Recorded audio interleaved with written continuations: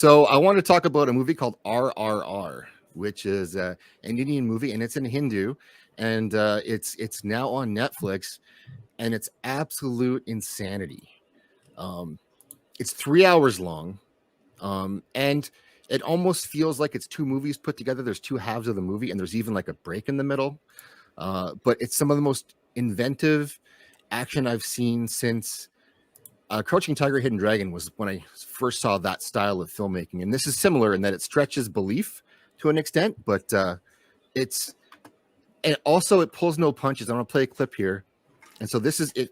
I'm not advocating violence towards women, but you'll know this is not Disney when I show you this clip. So buckle up for this.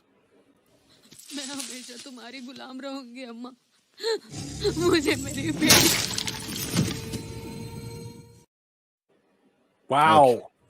Okay. And that's in the first couple minutes. Yeah, that's the beginning of the movie. And so at that point, you're like, okay, this is for real.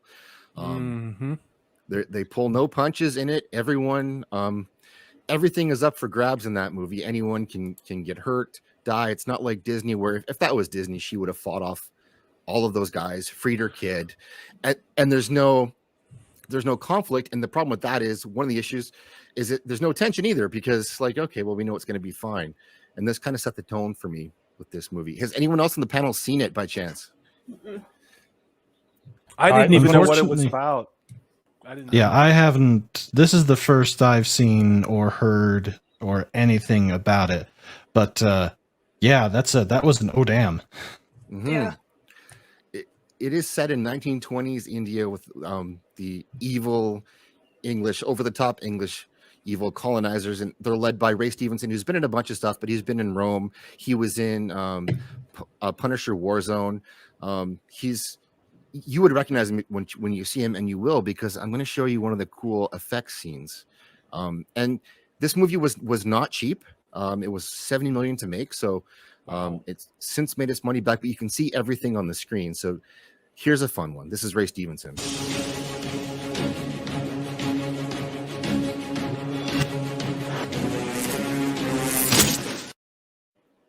Wow. Yeah. So I really so I don't know anything about this movie. What you're showing me is kind of messing with my head. So is this like a Bollywood movie? Is this an Indian movie? I mean, I guess who made this movie? Yeah, is it supposed to be serious? Like, is it? Yeah. Like, whose perspective is it told from? Is it hyper realism? Like, tell me what's going on. It's definitely told from the English, or from the Indian perspective, and it's about the revolution in the 1920s. Okay. And the two main characters were real men. They were real people. Obviously, this is fictionalized because people can't fly in real life. But in this, it's they both work on separate sides, and they meet through chance, and they become friends, and but not in a how people want Sam and Frodo to be friends. They're just actually friends, and there's a brotherhood that develops, and then I don't want to spoil the rest, but midway there's a big flip, something happens, and it becomes a different movie with you get the backstory of an additional character, and it's all about the revolution and the pushback against the English colonizers, and so when they show you stuff like that, like with the that woman taking a log to the head, it helps you sympathize with that side, and they do push it. They're over the top villainous, and it's some of the and it's sort of built around the idea of that child in the car you see in that clip was being kidnapped because she's an excellent singer, and she did a tattoo on a white woman, a henna tattoo that she liked. So she said, I'll take her, and they took her home, and the mom was trying to get her daughter back, and she got killed for the effort. And that tribe of people has a protector because they're a pacifist tribe, and he it's his job to get her back. So he goes to Delhi, try to get the girl back, and that starts the conflict. As the other main character is an officer with on the English military, but he's also Indian, so he's a traitor. And I'll show you one of his first scenes, because it kind of gives you an idea for what his character can do. If I can find that clip. Yeah, here it is. Okay, here we go.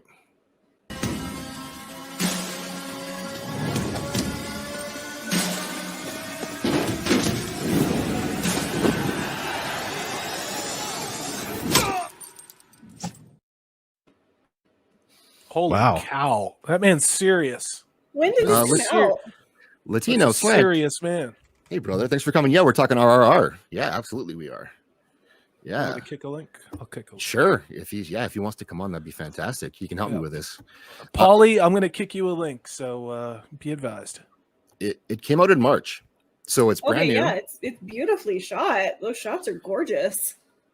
And that's your introduction to that guy, and the backstory to that, which I can't get a clip long enough to show, is that somebody threw a rock and broke a painting, and so this English officer says, "Go get that guy." So he goes by himself into the mob to get one guy and bring him all the way back in, and it's probably about a 4 or 5 minute scene of him trying to get this guy back into that enclosure by himself, and it's kind of over the top, but it's he's also at risk, and he's threatened, and he's harmed the entire time. It's not like an easy fight, Sure.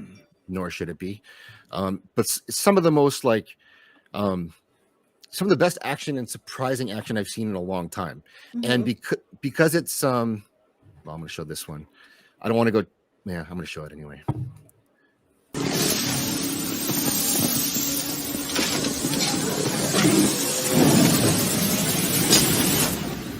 Oh my god! Oh my god! Dang. That's cool. Yes. Wow! Damn! And it's 3 hours of that level of action. Wow. It is New Crouching Tiger, absolutely. And this guy, the director I've looked into now, he's done a bunch of other films which are very similar in style, not the same time period, but they go back a little bit further. And those remind me a bit more of like the Dynasty Warriors games in their style. But this movie is like, it's Netflix, guys. It's in subtitles. Half of it's in English anyways, because the English are speaking English. But it's not just the action. These two men are they're friends, and they're also enemies at the same time. And it's similar. Like, you think about you know what? I don't want to spoil it anymore. I won't. But I will show more tiger action. There's actually a scene in this film, I don't have the clip right now, where a man throws a leopard at another man, and that's his weapon. Like, this stuff is amazing. Like,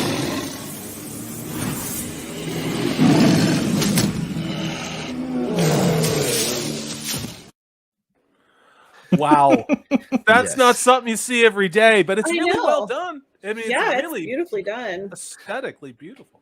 and so that's the other main character. He's the protector of that tribe. He lives in the forest mostly, and he gets sent fish out of water style sort of into Delhi to try to find this girl and bring her home. And he can stop at nothing to do it. And he at great personal cost and risk. And they do a good job of Paulie's here. Yeah. Thanks, There you Paulie. go. Hola. Hey. Hey, Paulie. Hey, Paulie. Hello, Polly. So you guys talking triple R? We are. Well, I am. Yeah. And now we are. Hell yeah. Yes. Probably the greatest action movie, action adventure drama movie we've seen in a long time. It really defies a lot of genres and brings it all together. Are there really clearly defined heroes in this, or do we have the Americanized sympathetic villain? Are the bad guys bad? Are the good people good? You know what I mean? Is there First a of hero's all, journey? it's not an American I know. lens. I'm just is saying. like, no, but Yeah. yeah, I'm going to answer you. So this director is SS Rajamouli, who did a like his own style of a Lord of the Rings movie called Bahubali Part 1 and 2. That's on Netflix. Salty, you need to see that. Okay. There's a battle in there. I'll have to pirate it, but yeah. There's a battle in there that rivals Return of the King's battle. Whoa. Wow. Okay. Dang, that's some high praise. That's cool. So this director knows scope. He knows epic. He knows his heroes. What he did, and they're unapologetic men. It's you know, from head to toe, these guys are just kind of like, I don't even know how to describe their acting. They're almost possessed. they're just it's so amazing. And then of course, there's a couple of dance numbers, and it's not Bollywood, because they're this movie in that industry is not from that part of India. So people from that, you just, Bollywood, they'll get offended. Yeah. It's really funny. I've got a clip actually, Paulie, I'm going to play for the guys with dancing. It's very short, but it's exactly what you're saying. It's not Bollywood style, but there is dancing involved in it. So you can play that. Wow. That's cool. Impressive. Most impressive indeed. So someone had said in the comments, what did they say? Seems colonialist. Okay, so the bad guys are the British Empire. This is set in the early 1920s. This is all based. These are two historical people that were freedom fighters. Think of them as the opposite of Gandhi. They took the fight to the British Empire back in the day. They don't want to do the kumbaya. They were like, get the hell out of my country, so to speak, and they took up arms. So these were real people. Now they never fought together. This is a what if, and then a heightened superhero versions of these two gentlemen, of the two leads. So it's a trip. It's the storytelling, the scope. I don't think I've seen stuff like this in different films, but it's all in one. Yeah, and there's I just want to say, Doviande se Tovius again. We're talking about the movie on Netflix, RRR.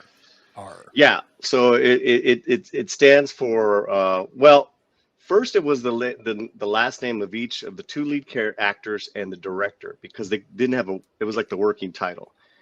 Then it became was it Rise, Roar, Revolt? Revolt. Yeah, man. Ooh. Oh, dude! Who saw this? Zach, did you see this movie? Yeah. Did you see the theater? No, on Netflix. Oh. I wish I could see it in the theater. I really do, but it's not playing here. And you and Chris talking about it is what got me interested to see this in the first place. And then as soon as you told me, or you put it out that it was on Netflix, I jumped on it. Well, here's the thing. It is in theaters for one day only, all across the states. So I got 4 tickets here in Los Angeles. I'm taking my girlfriend and a couple friends, because I don't want them to see it on. I saw it in the theater during its original run in March and did my review, all that stuff. But it is across the country for one day. They've expanded theaters. If you can see this in the theater, it is an event. It's just an event, bro. It's an event. And so I would look it up, maybe do, check your zip code. And here yeah, so that's what I would do. Worst case, you see it on the high seas. And worst case is it's still on Netflix, so most people can. But yeah, you have to see it no matter what. And I actually couldn't find it on the high seas because I tried that first and I couldn't find it. So I have a question though. This seems like, I mean, it's unapologetic. From the 5 clips you've shown us, it does seem like unapologetically, even if it's hyper stylized, shows what the British Empire was doing at that time. Like, how did this not get canceled? This is just flown under the radar. Like, why? It seems like this is something that the weirdos on Twitter would throw a hissy fit about.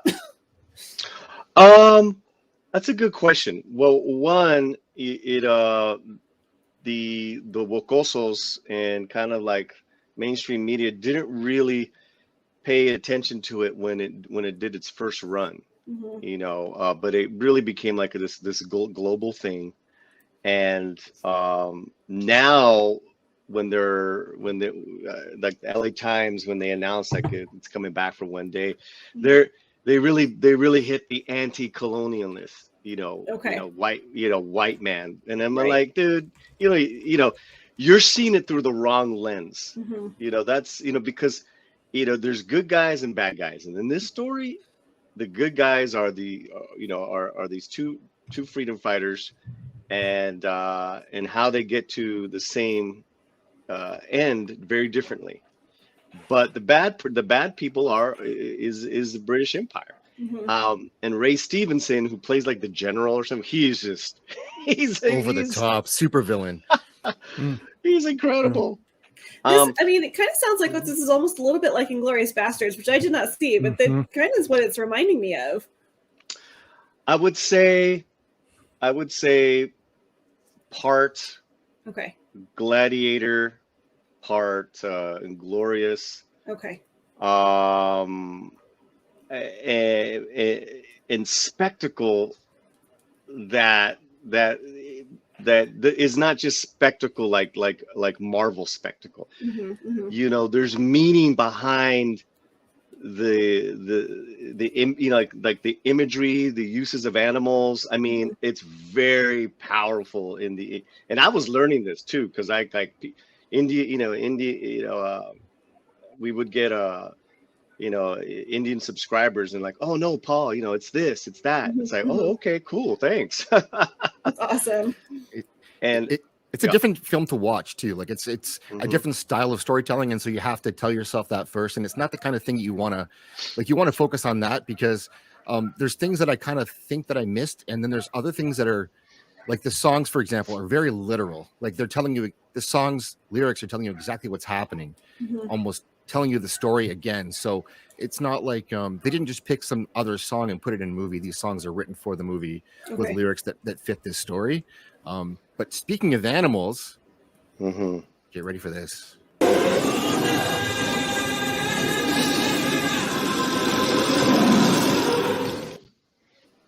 Wow. That is insane. Wow. Yeah. I'm not seeing anything.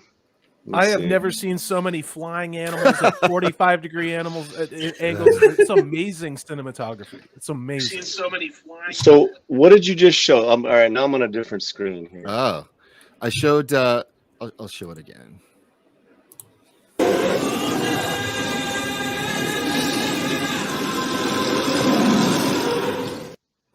Okay. This is so amazing. This is so amazing. There's this. We've got a question from chat, and I want to answer it real quick. This is from Doviendese Tovius again. He says, "Who's the guest on the bottom left and the bottom center?" Well, Paulie, I'll allow you to introduce yourself to one of my channel members, Brandon as well, and then let you guys talk. We just wanted to shout your channel out. Go ahead, Brandon. All right. Well, I am Brandon, the anime guy. My channel is focused on anime or animation from Japan. And boy, oh boy, have I got a slew of them for you today. Cool. Thanks. Paulie, go ahead. Just because you don't have your normal logo up, brother. So. Oh, yeah. I put the two heroes of RR on. Yeah. Even though I'm just a total fan of this movie, Latino Slant is a resource of Latino entertainment. Like we cover a lot of ground. Case in point today, a video on the new Blue Beetle outfit and a video on the cancel culture going after this Latina SNL comedian, because hold on to your socks, she played a stereotype on SNL that she wrote herself. So we get into it, we have a great time on our channel. Oh yes, we do. there were people asking when RRR is going to be back in the theaters, and according to Melodic Method, it will be June 1st. So there you go. Yeah. It's an event that it's very strange. It's very chaotic. Here's the thing. With the June 1st, it'll be in its original language, which is Tegulu. the language that you're gonna hear the dub on Netflix is Hindi, and it's not that it's bad, it's just that it's off. So there's a couple times where they're speaking over the English. So, in just another little insight, to hear it in Tigulu, you know, is to me is it's just that's the way it was. You know, it was filmed. So they have a dance number called Natu, and you change it to Hindu, and it's pretty funny because it's called Nacho. Yeah, man. Okay, well, I don't want to. I could talk about this movie all night, and I would like to, and maybe we can do that. But I should probably move along because I got a flaccid Phoenix who wants to talk about Nicolas Cage, and probably a chat who wants to hear it as I'm well. having trouble So here. Can you? But Paulie, you're welcome to stay. That'd be awesome if you can hang out. That'd be amazing. But yeah, the whole idea is to talk about stuff that's not mainstream, and this was